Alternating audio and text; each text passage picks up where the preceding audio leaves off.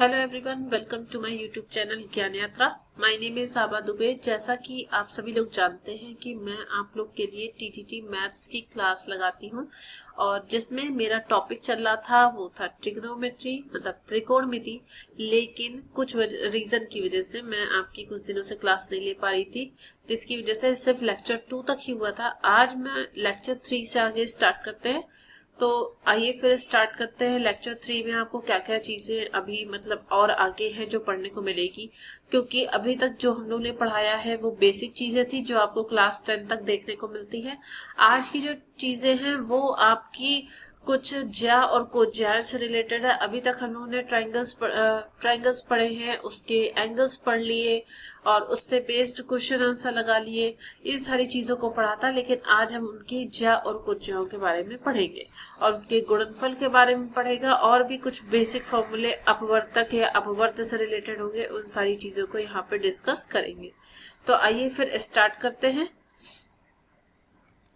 यहाँ पर अगर हम ये लिख सकते हैं कि कुछ बेसिक से फॉर्मूले हैं जिनका यूज अगर आपको करना आ जाएगा तो आपके क्वेश्चंस कम से कम टाइम में आपके क्वेश्चन सॉल्व हो जाएंगे। ठीक है, तो उसको हम लिख सकते हैं जैसे अपने मर्जी से हम एक हेडिंग दे रहे हैं आपके लिए, दो कोणों की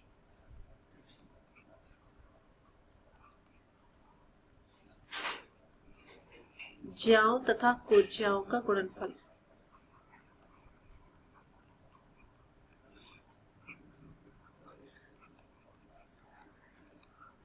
ठीक है, ये हेडिंग हो गई। अब इस हेडिंग्स में चूंकि दो कोणों की बात हो रही है तो इसका मतलब ये है कि दो कोण हम अपने मर्जी से ले लेते हैं, क्योंकि हमें तो पहले तो बेसिक फॉर्मूला लिखना है, देन उसके बाद हम क्वेश्चन को सॉल्व करते हैं। ठीक है, तो उसके लिए 4 डिफरेंट फॉर्मूले हैं जिनको हम नोट करते हैं। एक बार साइन कॉस के साथ है, एक बार कॉस साइन के साथ में, फिर एक बार दोनों साइन है, फिर एक बार दोनों कॉस है। ठीक है, तो लिखते हैं फॉर्मूला। तो फॉर्मूला ये है कि 2 साइन ए कॉस बी अगर होगा तो ये हो जाता है बेटा sign A plus B plus sign A minus B. ये हो गया फर्स्ट फॉर्मूला। ठीक है, दूसरा लिख लेते हैं 2 कॉस ए साइन बी अगर होता है, मतलब अगर ये ए कॉस के साथ है और बी साइन के साथ है, तो ये फॉर्मूला हो जाएगा साइन ए प्लस बी, और यहाँ जहां पे प्लस है वहां माइनस हो जाएगा, साइन ए माइनस बी हो जाएगा। ठीक है, अब अगर दोनों ही कॉस के हैं, 2 कॉस ए कॉस बी, ठीक है, या फिर 2 साइन ए साइन बी, मतलब दोनों ही एंगल साइन के हैं या दोनों ही एंगल कॉस के हैं, तब क्या होगा, ये हो जाएगा cos A plus B plus cos A minus B.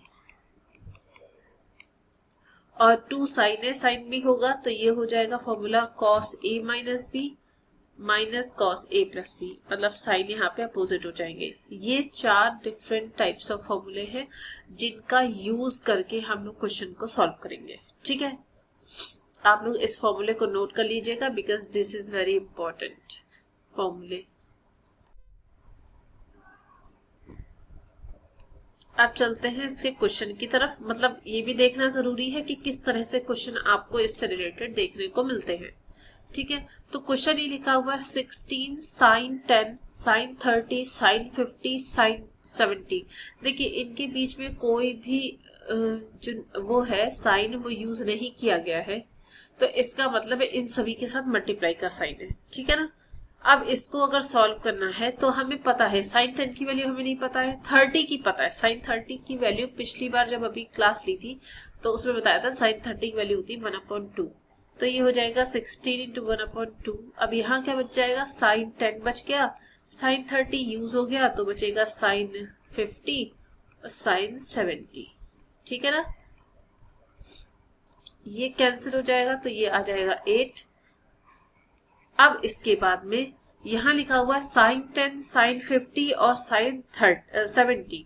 ठीक है ना, तो इसके लिए हम ये कर सकते हैं कि हम साइन 10 को अपने साथ रख लेते हैं। ठीक है ना, अब अंदर क्या बच गया आपके पास में, अगर हम इसको 2 से मल्टीप्लाई 2 से डिवाइड कर दें, क्योंकि हमारे पास बच गया है साइन 50 और साइन 70, जिसका फॉर्मूला विदाउट 2 लगाए नहीं हो सकता है, तो 2 से मल्टीप्लाई ही कर ले, 2 से डिवाइड भी कर ले। ठीक है, ताकि उससे उसकी वैल्यू पे कोई फर्क नहीं पड़ेगा। ये तो पता है कि ये 4 हो जाएगा, तो ये हो गया आपके पास में 4 sin 10। ठीक है, अब यहाँ पे फॉर्मूला लगेगा, तो 2 sin a sin b का अभी फॉर्मूला देखा था हम लोगों ने। 2 sin a sin b का फॉर्मूला होता है cos a minus b minus cos a plus b। तो ये हो गया cos a minus b, a minus b का मतलब दोनों को माइनस कर दीजिए, तो हो गया 70 माइनस 50 और minus cos a minus a plus b, तो 70 प्लस 50 हो गया। ठीक है, ये हो गया फॉर्मूला। अब तो ये लिख सकते हैं 4 sin 10 डिग्री, फिर ये बचेगा cos 20 माइनस cos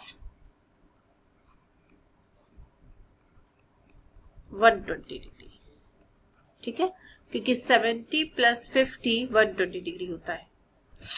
अब देखिए cos 120 डिग्री की वैल्यू कितनी होती है, तो बेटा देखो cos 120 डिग्री की वैल्यू होती है cos 90 प्लस 30 कर लेंगे, है ना, मतलब हो गया माइनस साइन 30 डिग्री, और मतलब ये हो गया माइनस का 1/2।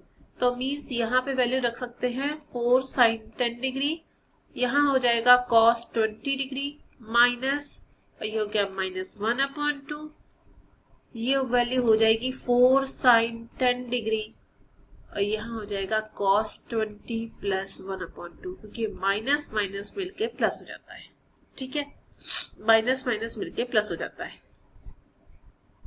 अब फिर यहाँ पे ब्रैकेट वाला एलसीएम ले लेते, इसको सॉल्व करते हैं, तो ये हो जाएगा 4 sin 10 डिग्री, और अगर हम यहाँ पे एलसीएम ले लेंगे तो ये हो जाएगा 2 cos 20 degree, 2 cos 20 degree plus 1/2, है ना।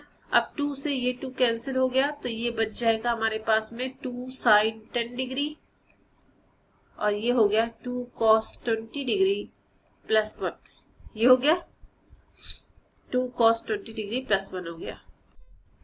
अब फिर अगर हम इसे सॉल्व करते हैं तो देखो 2 बाहर रहने दो, अंदर हो जाएगा, ये 2 लिखा हुआ है, साथ में लिखा हुआ है cos 20 डिग्री sin 10 डिग्री, क्योंकि ये अंदर मल्टीप्लाई हो जाएगा, प्लस sin 10 डिग्री, इतना बचा ये चीज। अब इसके बाद में हमें पता है 2 cos a sin b का फॉर्मूला हम लोग ने पढ़ा है। 2 cos a sin b का फॉर्मूला क्या होता है, sin a plus b minus sin a minus b। ठीक है, sin a plus b minus sin a minus b, तो ये हो जाएगा sin a प्लस b, तो मतलब sin 30 डिग्री हो जाएगा, minus sin a minus b, मतलब हो गया माइनस 10 डिग्री, क्योंकि 20 में से 10 माइनस हो जाएगा। यहाँ लिखा हुआ है प्लस sin 10 डिग्री। अब देखो ध्यान से, sin 10 से sin 10 वाली वैल्यू कट गई, तो हमारे पास कितना बचेगा, हमारे पास सिर्फ बचेगा 2 sin 30 डिग्री, और sin 30 की बेटा वैल्यू होती है 1/2, तो ये 2 से 2 कट गया, इसका मतलब आंसर आ गया 1। मतलब बताओ, इतना क्वेश्चन सॉल्व किया और उसका आंसर सिर्फ 1 आया है। ठीक है ना, कितना आया है, 1 आया है, यही आपका फाइनल आंसर हो जाएगा।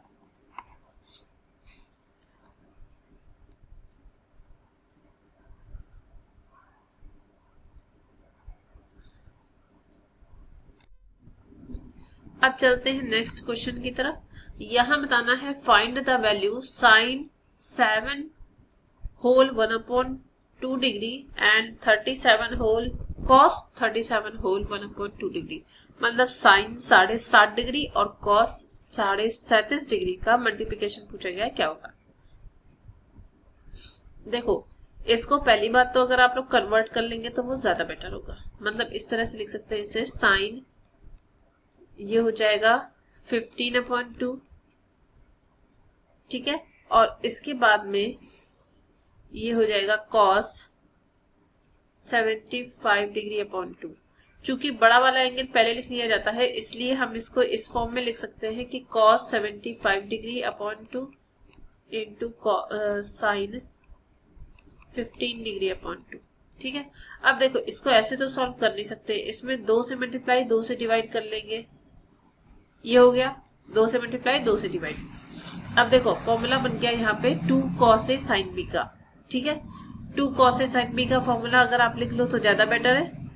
वरना नहीं भी लिखोगे तो भी चलेगा। वैसे फॉर्मूला ये होता है कि sign A plus B minus sign A minus B, तो डायरेक्टली भी लगा सकते हैं। तो यहाँ लिख सकते हैं साइन ए, एक मिनट, इसके साथ में 1/2 भी था तो पहले लिख लेते हैं 1/2, फिर यहाँ पे लिखेंगे साइन ए प्लस बी, तो हो गया साइन 75 प्लस 15/2 हो जाएगा, एंड माइनस साइन 75 माइनस 15/2 हो जाएगा।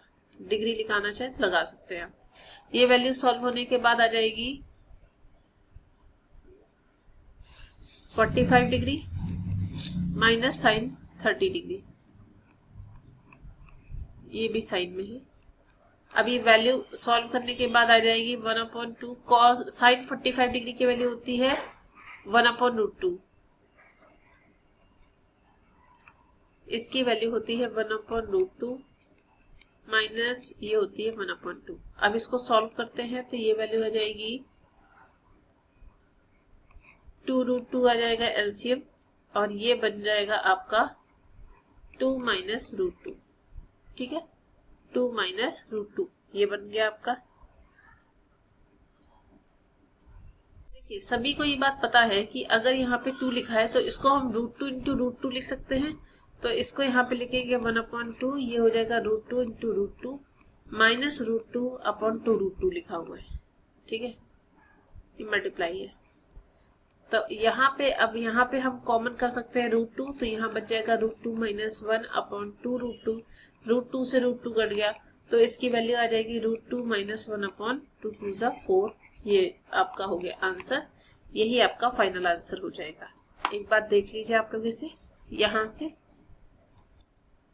बस हम लोगों ने क्या किया, फॉर्मूला लगाया है 75 प्लस 15 90 होता है ना, 90/2 कर दिया है, और 70 माइनस 15 आपका 60 होता है, सर 60/2 30 आ गया।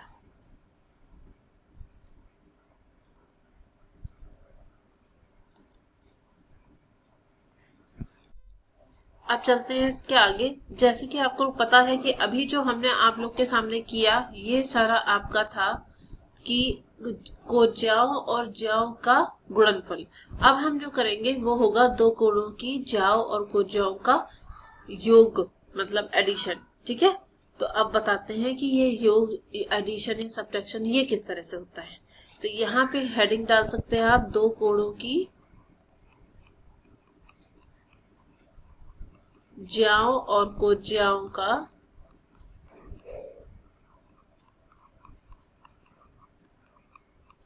योग एवं अंतर।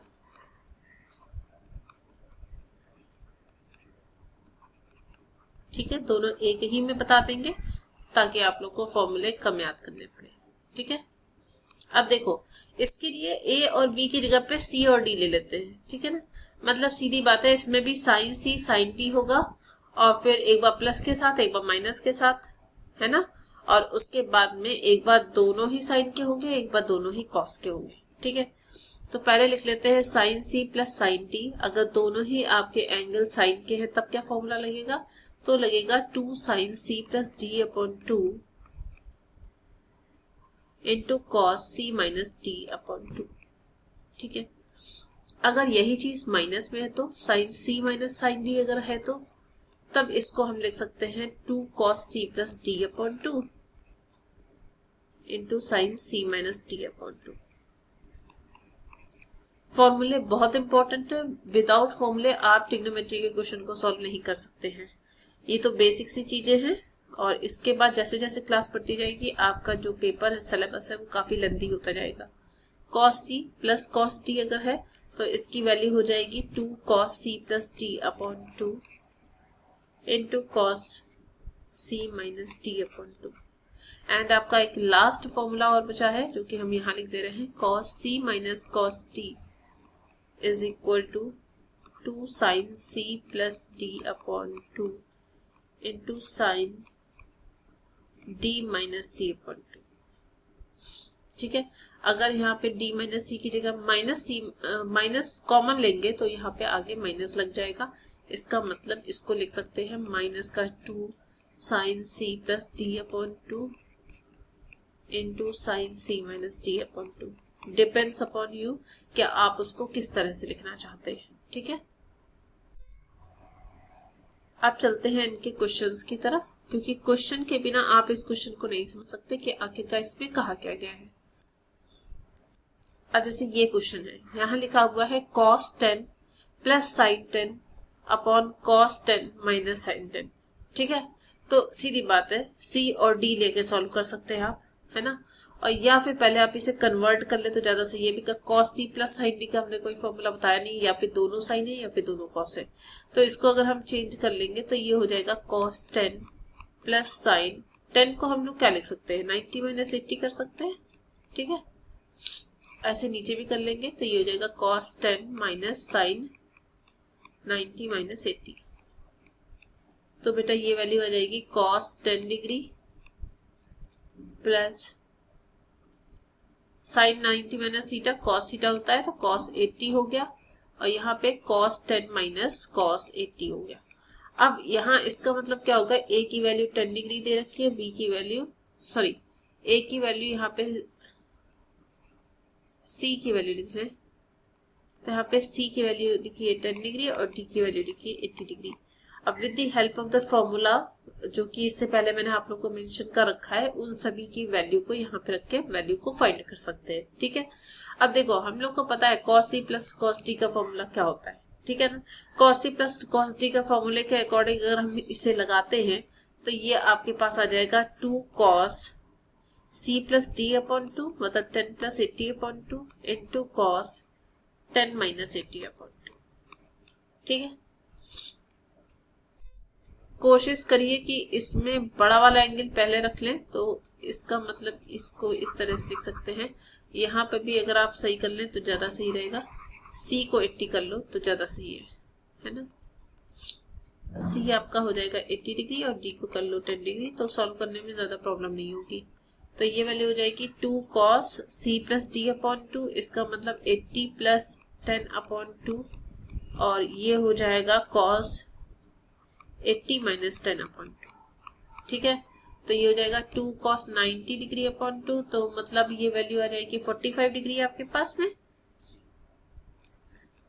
इंटू cos 35 डिग्री, क्योंकि 80 माइनस 10 आपका 70 आ जाएगा, 70 अपॉन 2 कर देंगे तो ये आपका आ जाएगा 35 डिग्री। ठीक है, अब इसके बाद में इसको हम ये भी लिख सकते हैं कि 2, अब cos 45 की वैल्यू होती है 1 अपॉन रूट 2, तो इसे लिख लिया और साथ में हो गया cos 35 डिग्री। ठीक है ना, तो इसका मतलब इसे लिख सकते हैं 2 upon root 2 cos 35 degree. Equation number 1 बना के इसे छोड़ दो, क्योंकि अभी नीचे वाला क्वेश्चन भी आपको सॉल्व करना है जहां लिखा है cos 10 माइनस cos 80 डिग्री। तो इसको अगर हम सॉल्व करते हैं cos 10 degree minus 80 degree,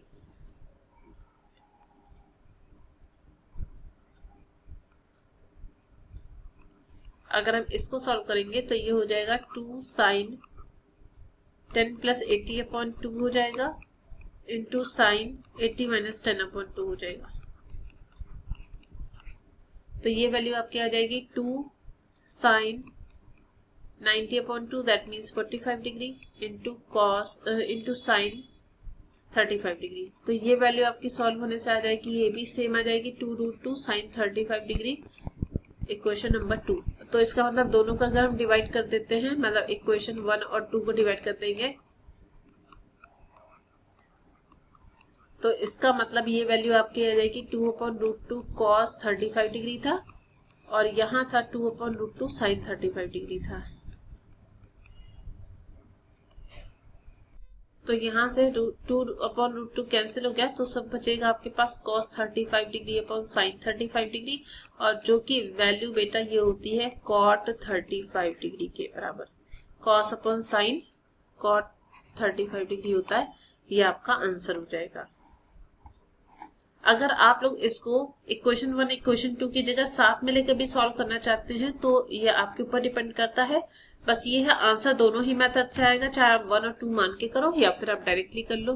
directly value put up करके एक ही स्टेप में निपटाना चाहते तो आप उस तरह से भी इस क्वेश्चन को सॉल्व कर सकते हैं।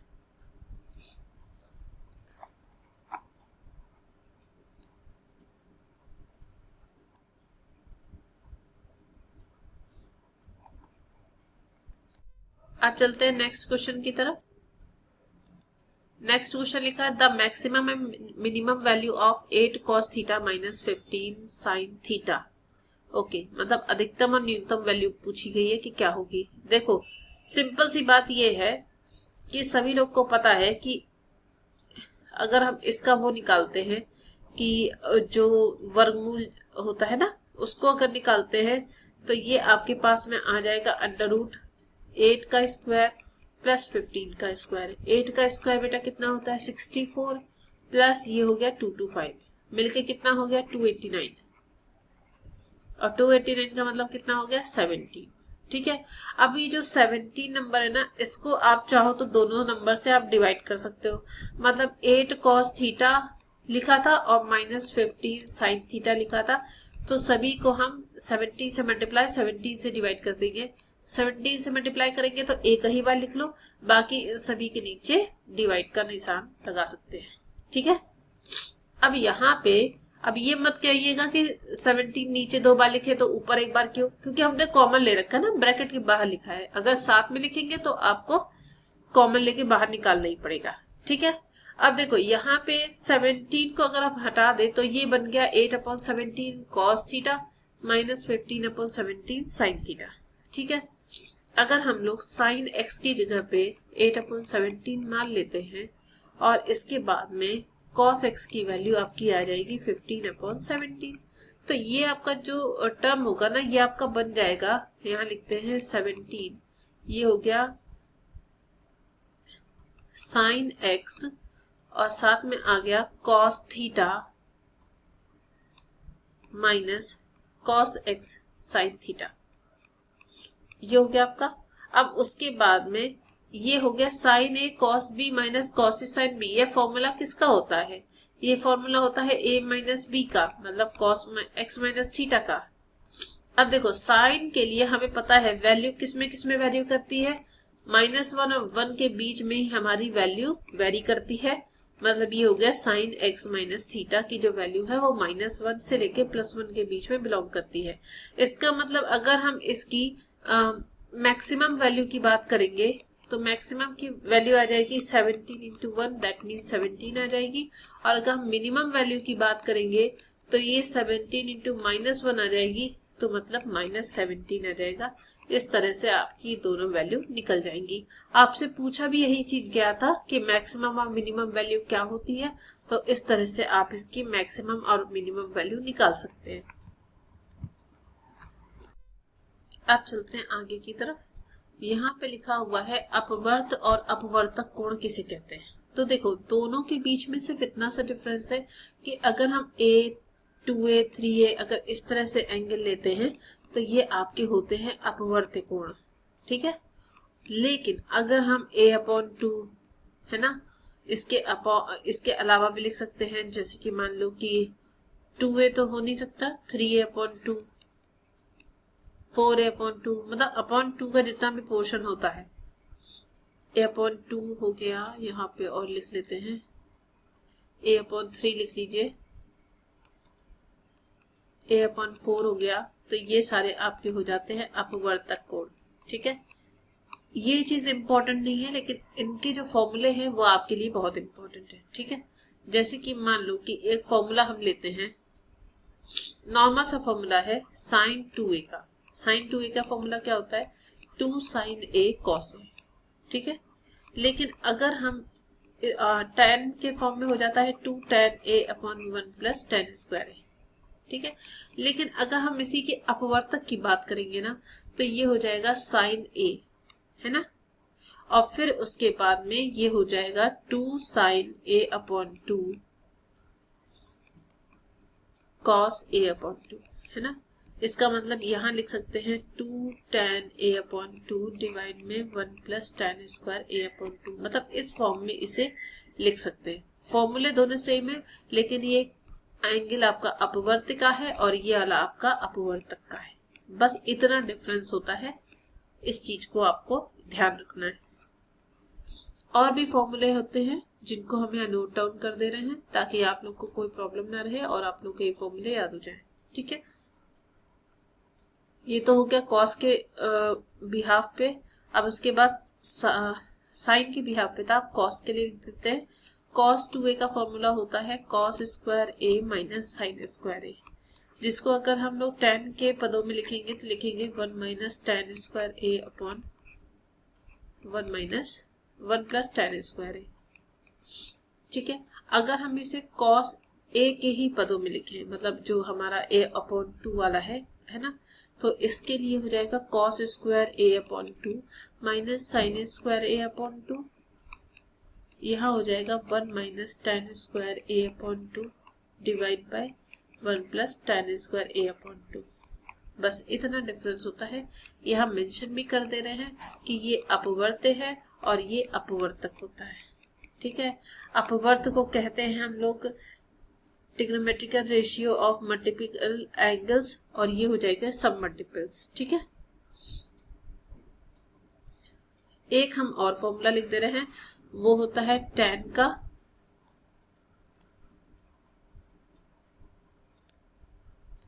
यहाँ पे। ठीक है, tan 2a का फॉर्मूला होता है 2 tan a upon 1 minus tan square a।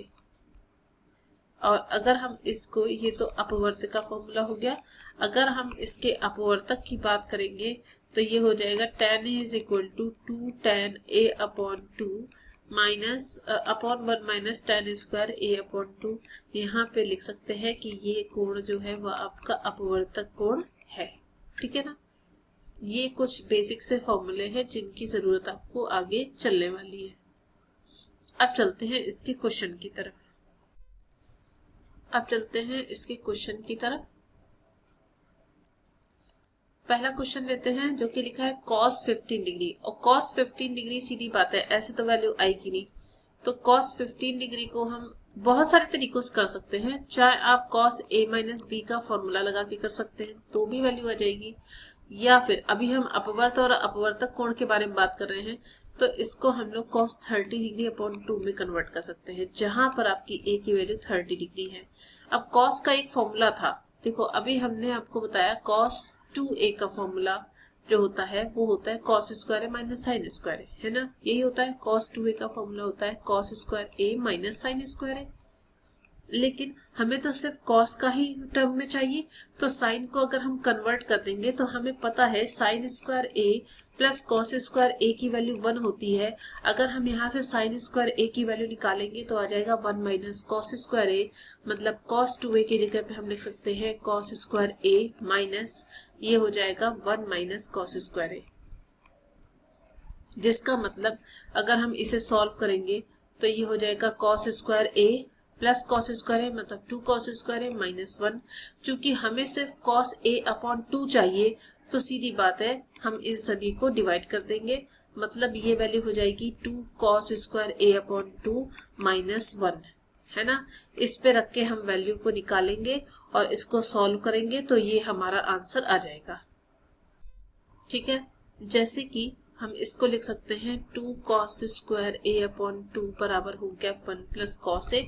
यहाँ पे हमारे पास cos a अपॉन 2 की वैल्यू हमारे पास हो गई 30 अपॉन 2, तो यहाँ से इक्वेशन 1 इसको बना दो, यहाँ हो जाएगी cos square 30 degree upon 2 is equal to 1 plus cos 30 degree upon 2, क्योंकि ये नीचे चला गया तो ये वैल्यू आपकी आ जाएगी सॉल्व करने के बाद 1 प्लस √3 अपॉन 2 अपॉन 2। ठीक है ना, इसको और सॉल्व करते हैं तो ये हो गया 2 प्लस √3 अपॉन 4। ठीक है, अगर हम इसका अंडर रूट लगा देते हैं तो cos 15 डिग्री, क्योंकि 30 अपॉन 2 15 डिग्री होता है, जो कि वैल्यू आ गई 2 प्लस √3 अपॉन 4। अंडर रूट अगर लगाएंगे स्क्वायर की वजह से तो ये आपका आ जाएगी cos 15 degree is equal to 2 plus √3 upon 4 plus minus के साथ विद अंडर रूट। लेकिन चूंकि मुझे पता है कि जो cos 15 होता है ना, जो cos 15 होता है आपका, ये आपका किस चतुर्थांश में आता है, ये आपका आता है फर्स्ट क्वाड्रेंट में। ठीक है ना, फर्स्ट क्वाड्रेंट का मतलब ये हो गया कि इसकी सारी वैल्यूज पॉजिटिव होंगी। अगर पॉजिटिव होगी तो मतलब cos 15 की वैल्यू सिर्फ हम a को लेंगे, वो जो कि होती है रूट में 2 प्लस √3 अपॉन 2। ठीक है, अब इसके ऊपर नीचे अगर हम √2 से रेशनलाइज कर देंगे तो ये वैल्यू आपकी बन जाएगी √4 प्लस 2√3 डिवाइड बाय ये हो जाएगा आपके साथ में 2√2। ठीक है, क्योंकि 2√2 इसलिए क्योंकि ये आपका 2 है, 2 को √2 इंटू √2 में कन्वर्ट कर देंगे जो कि आपका आ जाएगा 2√2। अब इसको 4 को हम लिख सकते हैं रूट में 3 प्लस 1 प्लस 2√3 अपॉन 2√2। सॉल्व करेंगे इसे तो ये बन जाएगा √3 का स्क्वायर प्लस 1 का स्क्वायर प्लस 2√3 डिवाइड में 2√2। इसका मतलब ये ऊपर क्या बन गया, a² plus b² plus 2ab, तो ये हो गया a प्लस b का होल स्क्वायर, स्क्वायर से अंडर रूट कट जाएगा तो √3 प्लस 1 अपॉन 2√2 बच गया। ठीक है, √3 प्लस 1 अपॉन 2√2 बच गया और ये आपका हो जाएगा फाइनल आंसर। इस तरह से हम cos 15 की वैल्यू निकाले। इसी की हेल्प से आप बाकी भी वैल्यूज को निकाल सकते हैं। बेटा 3a के भी फॉर्म में कुछ आते हैं फॉर्मूले, वो भी हम यहाँ नोट कर दे रहे हैं, जिसमें से पहला फॉर्मूला होता है sin 3a का, जो कि होता है 3 sin a minus 4 sin cube a। उसके अलावा एक होता है cos 3a का, इसकी वैल्यू होती है 4 cos cube a minus 3 cos a। And तीसरी होती है tan 3a, जिसकी वैल्यू होती है 3 tan a minus tan cube a upon 1 minus 3 tan square a। लेकिन अगर हम, ये तो सारे आपके अपवर्त में आ गए, अगर हम इसके अपवर्तक पूछेंगे तो यहाँ पे हो जाएगा साइन a की वैल्यू आ जाएगी 3 sin a upon 3 minus 4 sin cube a upon 3। ऐसे अगर हम cos a की वैल्यू लेंगे तो ये हो जाएगा 4 cos cube a upon 3 minus 3 cos a upon 3। और अगर हम इसी जगह पे tan a की वैल्यू लेंगे तो ये हो जाएगा 3 tan a upon 3 minus tan cube a upon 3 divide में आ जाएगा 1 minus 3 tan square a upon 3। इस तरह से इन फॉर्मूलों को लिखा जाता है। अपवर्त और अपवर्तक कोण इसी तरह से लिखे जाते हैं। ठीक है, अब इसके बाद चलते हैं नेक्स्ट क्वेश्चन की तरफ।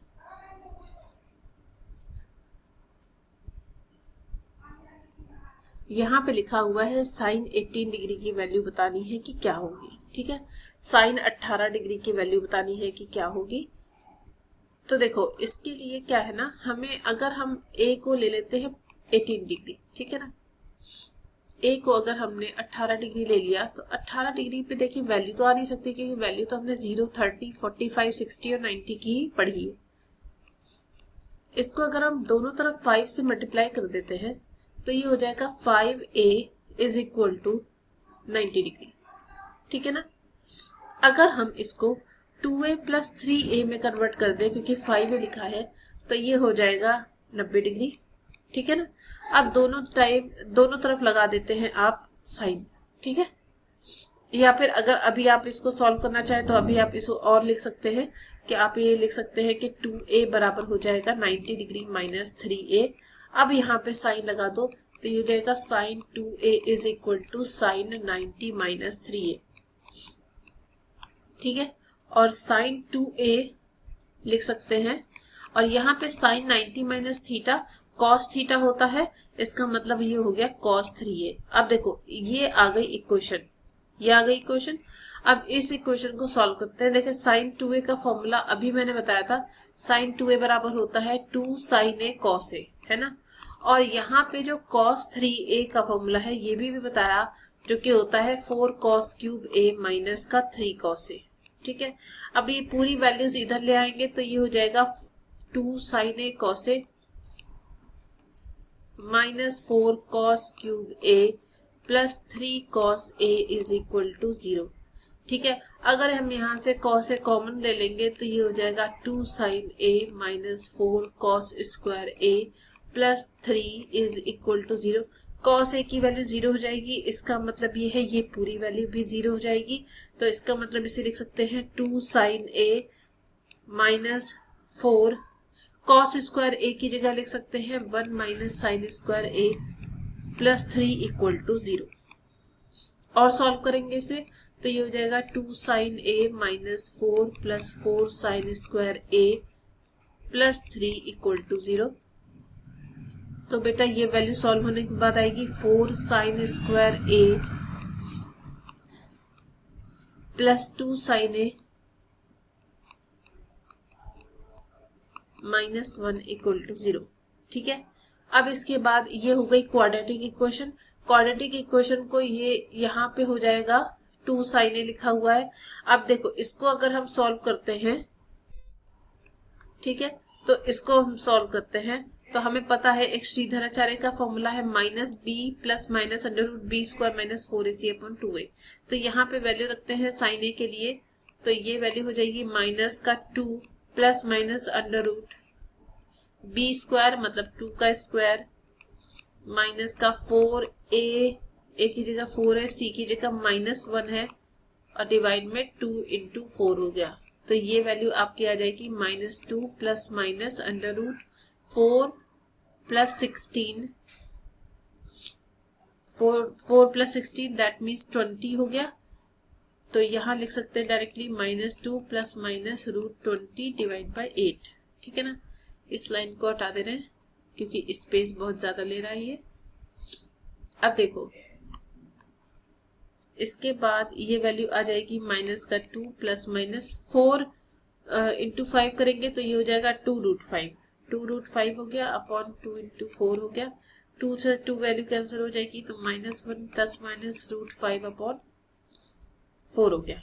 ठीक है ना, अब देखिए ये भी ए की वैल्यू क्या है, फर्स्ट चतुर्थांश में है। फर्स्ट चतुर्थांश में क्या होता है, साइन ए की वैल्यू हमेशा बड़ी होती है 0 से। इसका मतलब ये हो गया कि साइन ए की जो हम वैल्यू लेंगे,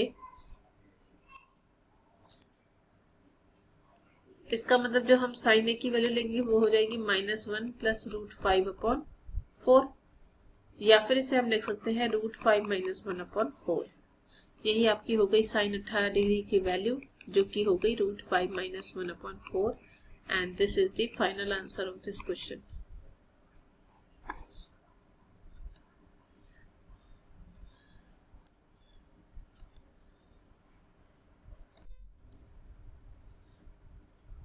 तो इस तरह से आपको मैंने आज क्या पढ़ाया, दो कोज्याओं का गुणनफल, दो कोज्याओं का योग और उनका अंतर, ज्य और कोज्याए दोनों का, एंड उसके अलावा अपवर्त कोण और अपवर्तक कोण बता दिए।